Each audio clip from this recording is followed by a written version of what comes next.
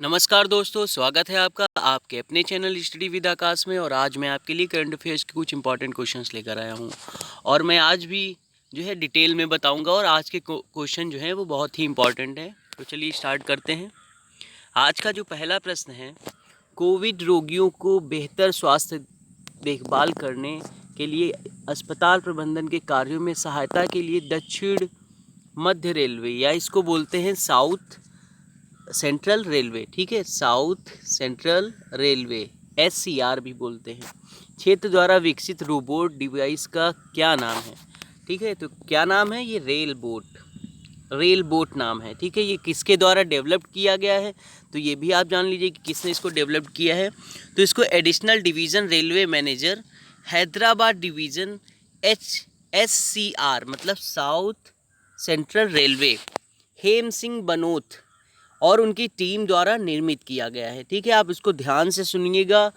ठीक है, अब आप वीडियो को बैक करके दोबारा से सुन सकते हैं और इसको कॉपी में नोट कर सकते हैं। ठीक है, आपका आंसर क्या हो जाएगा? रेल बोट के नाम से किया जाएगा। और मैं इसको रेल बोट के बारे में भी आपको बता दूं कि इस रेल बोट की स्पीड जो होगी चलने की, ठीक है, तो 1 किलोमीटर पर आवर रहेगी, 1 किलोमीटर पर आवर। ठीक है, और ये कितना वेट उठा सकता है? वेट कैपेसिटी तो ये कितनी रहेगी? ये 80 kg रहेगी। 80 किलो तक का वजन जो है ये उठाकर चल सकता है। और इसके बारे में थोड़ा सा आप जान लीजिए। इसमें क्या रहेगा? इसमें 2 वे ऑडियो एंड वीडियो कम्युनिकेशन रहेगा विद रिकॉर्डिंग। ठीक है, आपको इतना याद रखना है कि 2 वे audio and video communication with recording. ठीक है, कि 2 वे रहेगा। तो आपको ये याद रखना है कि 2 वे जो है इसका audio video communication with recording रहेगा। और इसके बारे में थोड़ा सा और जान लीजिए, इसको ऑपरेट कैसे किया जाएगा। तो इसको कैसे ऑपरेट किया जाएगा? वो मोबाइल एप्लीकेशन के थ्रू जो है वाईफाई द्वारा इसको ऑपरेट किया जाएगा। ठीक है, आपको कमेंट में वाईफाई का फुल फॉर्म बताना है। देखते हैं कितना जो है आप लोग अच्छे से पढ़ाई कर रहे हैं। ठीक है, तो और वाईफाई द्वारा और रेडियो फ्रेक्वेंसी रिमोट कंट्रोल द्वारा इसको कंट्रोल किया जाएगा। ठीक है, आप याद रखिएगा, 2 चीज़ें यूज़ करी जा सकती है, एक वाईफाई और एक रेडियो फ्रेक्वेंसी। ठीक है, चलिए अब अगले क्वेश्चन को देख लेते हैं। अगला क्वेश्चन है कि मानव संसाधन विकास मंत्रालय द्वारा लॉन्च किए गए मोबाइल एप्लीकेशन का नाम बताएं जिस पर उम्मीदवार JEE मेंस, नीट आदि परीक्षाओं के लिए मॉक टेस्ट ले सकता है। ठीक है, फ्री में ले सकता है। और ये इसलिए किया गया है कि हाल ही में JEE मेंस और नीट का जो है वो एग्ज़ाम है। और JEE मेंस का जो एग्ज़ाम है वो लगभग 18 से 23 जुलाई के बीच में पड़ेगा। और जो नीट का एग्ज़ाम है वो आपका 26 जुलाई को पड़ेगा। ठीक है, इसलिए ये एप्लीकेशन लॉन्च की गई है जिससे बच्चों को जो है हेल्प हो जाए, क्योंकि वो इस वक्त कोचिंग नहीं कर पा रहे हैं, वो अपने घरों में हैं लॉकडाउन की वजह से। तो इसके लिए गवर्नमेंट ने जो है ये एप्लीकेशन लॉन्च की है। कौन सी एप्लीकेशन लॉन्च की है? तो एप्लीकेशन का नाम है नेशनल टेस्ट अभ्यास। ये आप भी डाउनलोड कर सकते हैं, क्योंकि ये एंड्रॉयड और iOS मतलब जो आईफोन होता है उसमें भी इसको आप डाउनलोड कर सकते हैं। तो आप दोनों मोबाइल में आप इसको डाउनलोड कर सकते हैं। ठीक है, तो ये बहुत ही इम्पॉर्टेंट है क्वेश्चन। और मैं आपको बता दूं इसके बारे में थोड़ा सा, ये जो एप्लीकेशन होगी ये आर्टिफिशियल इंटेलिजेंस के द्वारा संचालित रहेगी। ठीक है, मतलब इसमें आप जैसे टेस्ट देंगे उसके तुरंत बाद ही इसका रिज़ल्ट आ जाएगा टेस्ट का। तो ये बहुत ही अच्छी बात है, हमें इससे पता चलेगा कि हम लोग का तैयारी कितना अच्छे से है और कितने अच्छे से नहीं है। और मैं इसके बारे में थोड़ा सा आपको बता दूं कि JEE मेंस और नीट, ये इन के जैसे UGC हो गया, ऐसे बड़े एग्ज़ाम कौन कराता है? तो ये नेशनल टेस्ट एजेंसी कराती है। ठीक है, और इसी के देख रेख में ही ये ऐप बनाई गई है। ठीक है, नेशनल टेस्टिंग एजेंसी, इसको हिंदी में बोलते हैं राष्ट्रीय परीक्षण एजेंसी। ठीक है, राष्ट्रीय परीक्षण एजेंसी।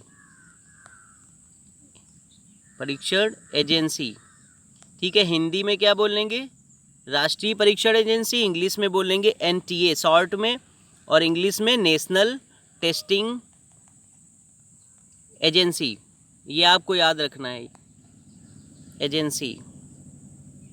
बच्चे कंफ्यूज रहते हैं कि कभी कभी यूजीसी के आगे जो है एनटीए लग जाता है, तो उनको लगता है कि ये कोई दूसरा एग्ज़ाम है, तो ऐसा नहीं है।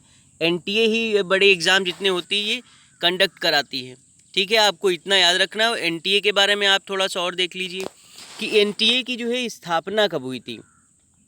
तो एनटीए टेस्टिंग एजेंसी को भारतीय समाज पंजीकरण अधिनियम 1860, ठीक है, आपको ये याद रखना है।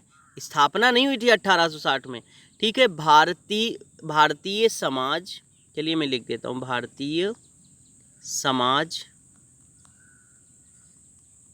पंजीकरण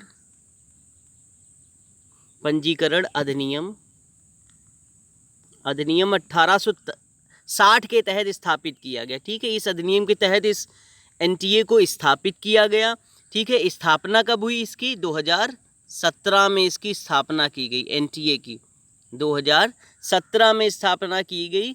और इसका मोटो क्या रखा गया? मोटो इसका रखा गया है एक्सीलेंस इन असेसमेंट, ठीक है, आपको याद रखना है मोटो, एक्सीलेंस इन असेसमेंट, ठीक है, आपको ये याद रखना है, इंपॉर्टेंट है, नॉलेज होनी चाहिए आपको। अब चलिए अगले क्वेश्चन को देखते हैं। अगला क्वेश्चन है, फिलिस्तीनी शरणार्थियों को कल्याण के लिए काम करने वाली संयुक्त राष्ट्र राहत और निर्माण एजेंसी, मतलब UNRWA,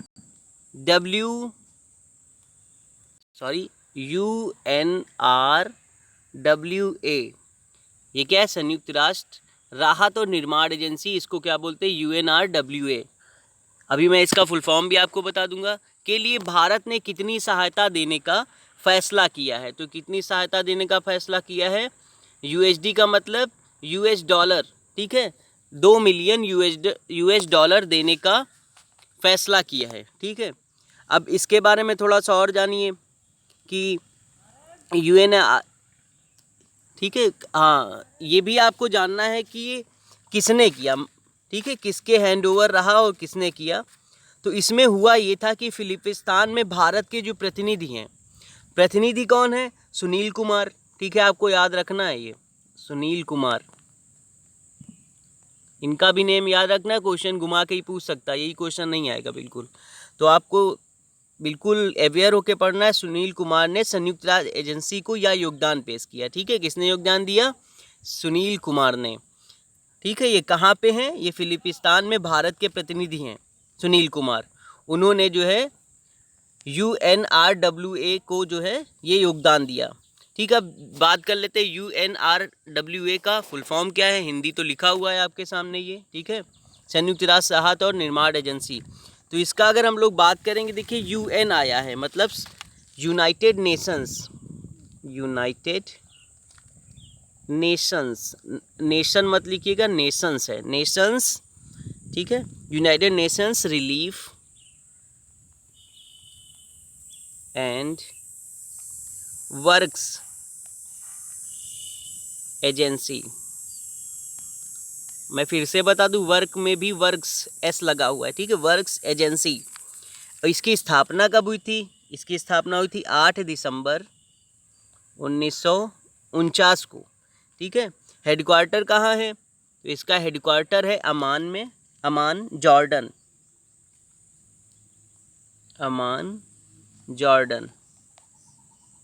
ठीक, ये आपको याद रखना है।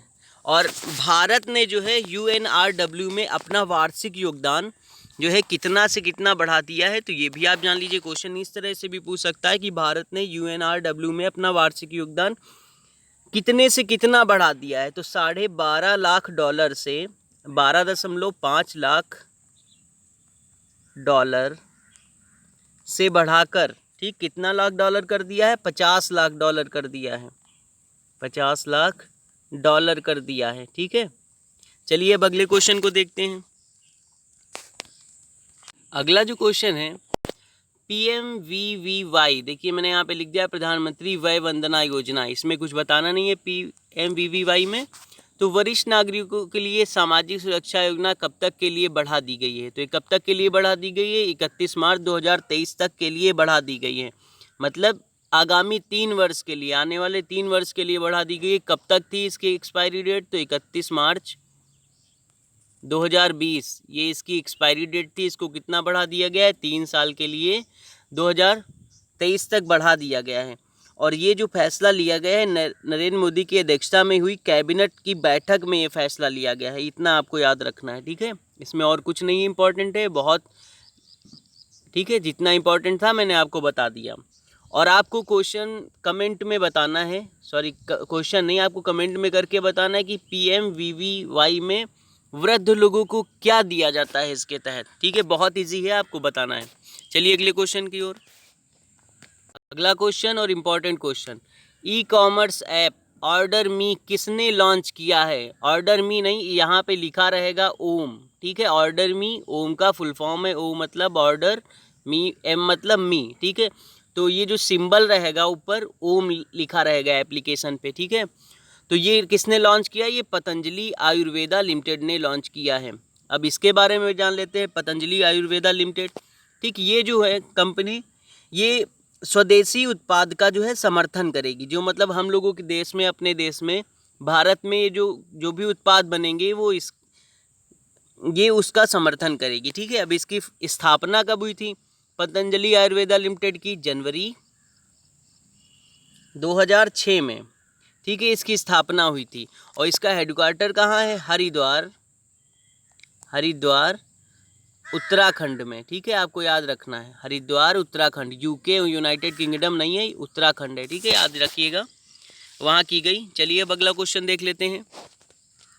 अगला क्वेश्चन है कि फेसबुक ने छोटे व्यवसायों के लिए शॉपिंग प्लेटफॉर्म लॉन्च किया। तो किसने लॉन्च किया, मतलब कौन सा शॉपिंग प्लेटफॉर्म लॉन्च किया है? तो ये शॉप्स लॉन्च किया है, ठीक है।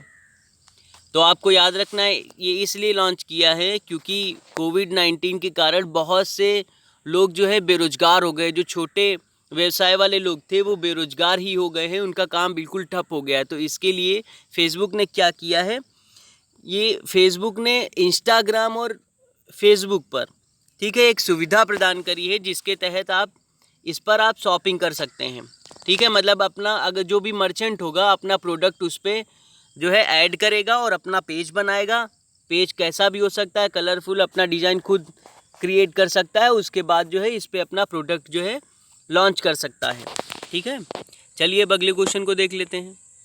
अगला क्वेश्चन और बहुत ही इम्पॉर्टेंट क्वेश्चन है, तो इसको आप ध्यान से पढ़िएगा। किस केंद्रीय मंत्री को WHO के कार्यकारी बोर्ड के अध्यक्ष के रूप में कार्यभार ग्रहण करना है? तो किसको करना है? डॉक्टर हर्षवर्धन को करना है, ठीक है।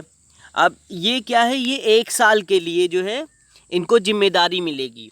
और ये 22 मई मतलब कल जो है ये पद जो है इसका ग्रहण करेंगे WHO में। ये बहुत ही गर्व की बात है हमारे देश के लिए कि WHO में जो है कोई एक इंडियन जो है पदभार जो है संभाल रहा है।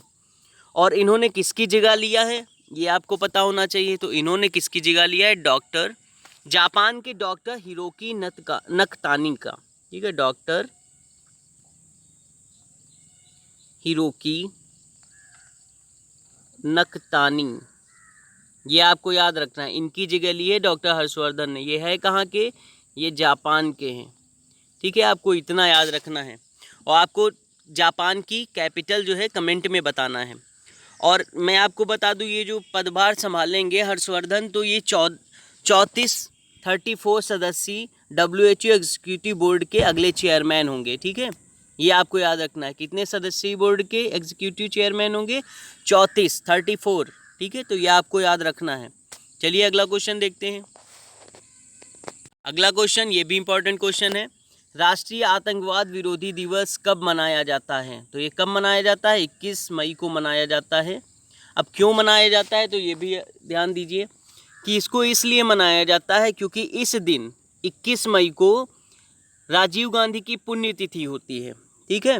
ये इसलिए मनाया जाता है। और इसलिए मैंने ये क्वेश्चन ऐड नहीं किया क्योंकि राजीव गांधी की पुण्यतिथि 21 मई को मनाई जाती है, ये भी आपको याद रखना है। ये मैं इस क्वेश्चन में बताने वाला था तो मैंने अगला क्वेश्चन इसको ऐड नहीं किया, ठीक। तो आप ये याद रखिएगा कि 21 मई को राजीव गांधी की पुण्यतिथि मनाई जाती है, ठीक है। तो राजीव गांधी जी के बारे में आप थोड़ा सा जान लीजिए। कि राजीव गांधी जी ने जो है प्रधानमंत्री के पद पर कब से कब तक जो है रहे थे। तो ये आपको पता होना चाहिए कि 1984 से लेकर 1989 मतलब 89 तक जो है पीएम रहे थे, देश की सेवा की थी। और ये 6ठे नंबर के पीएम थे। कौन से नंबर के? 6ठे नंबर के। और उस वक्त ये सबसे युवा पीएम हुए थे, ये आपको याद रखना है, ठीक है। और 21 मई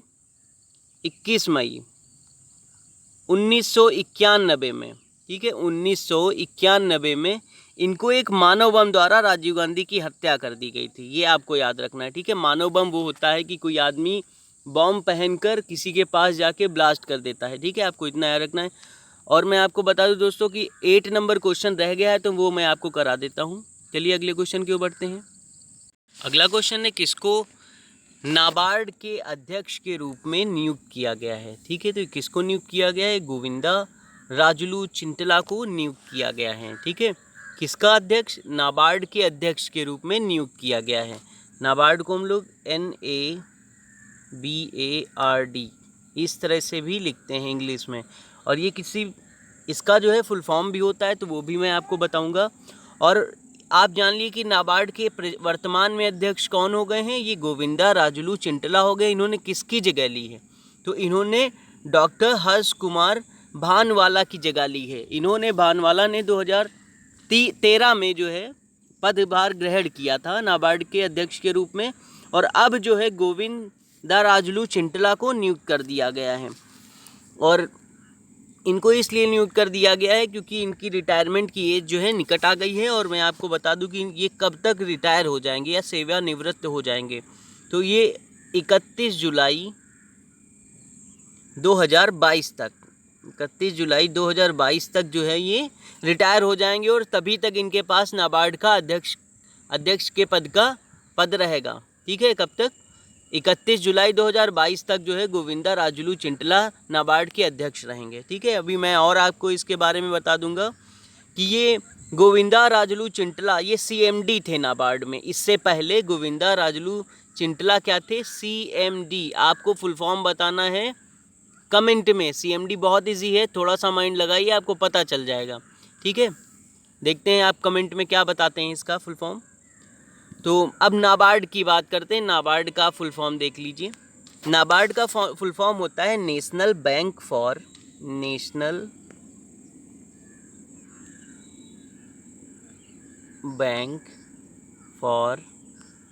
एग्रीकल्चर,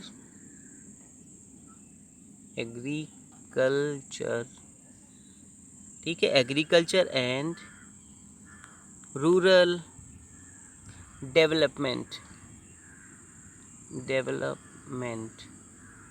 ठीक है। आपको ये याद रखना है, नाबार्ड का full form national bank for agriculture and rural development, ठीक है। इसकी स्थापना कब हुई, मतलब फॉर्मेशन इसका कब हुआ, फाउंडेड कब हुआ? ये 12 जुलाई 1982 में, ठीक है, 1982, 12 जुलाई 1982 में। इसका हेडक्वार्टर कहाँ है? इसका हेडक्वार्टर है मुंबई में, ठीक है। इसका हेडक्वार्टर कहाँ है? मुंबई में है। तो आपको ये भी याद रखना है। और इसके चेयरपर्सन मतलब अध्यक्ष, वो मैंने आपको बता दिया है। इससे पहले कौन था चेयरपर्सन? ये हर्ष कुमार भानवाला थे। इनकी जगह गोविंदा राजुलू चिंटला ने ली है, ठीक है। ये आपको याद रखना है। Thank you. अगर आपको ये वीडियो अच्छा लगा हो तो प्लीज़ लाइक करिए, शेयर करिए। और अगर अभी तक आपने हमारे चैनल को सब्सक्राइब नहीं किया है तो प्लीज़ सब्सक्राइब कर लीजिए। Thank you.